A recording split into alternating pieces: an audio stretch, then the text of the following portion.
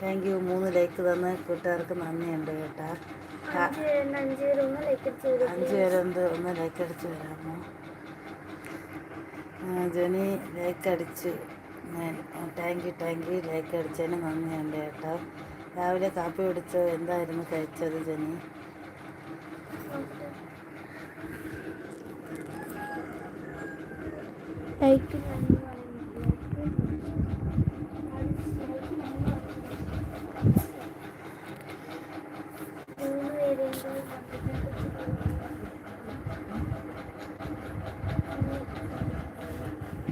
ജെനി ഭക്ഷണം കഴിച്ചോ? രാവിലത്തെ കാപ്പി കുടിച്ചോ? ചായയൊക്കെ കുടിച്ചോ?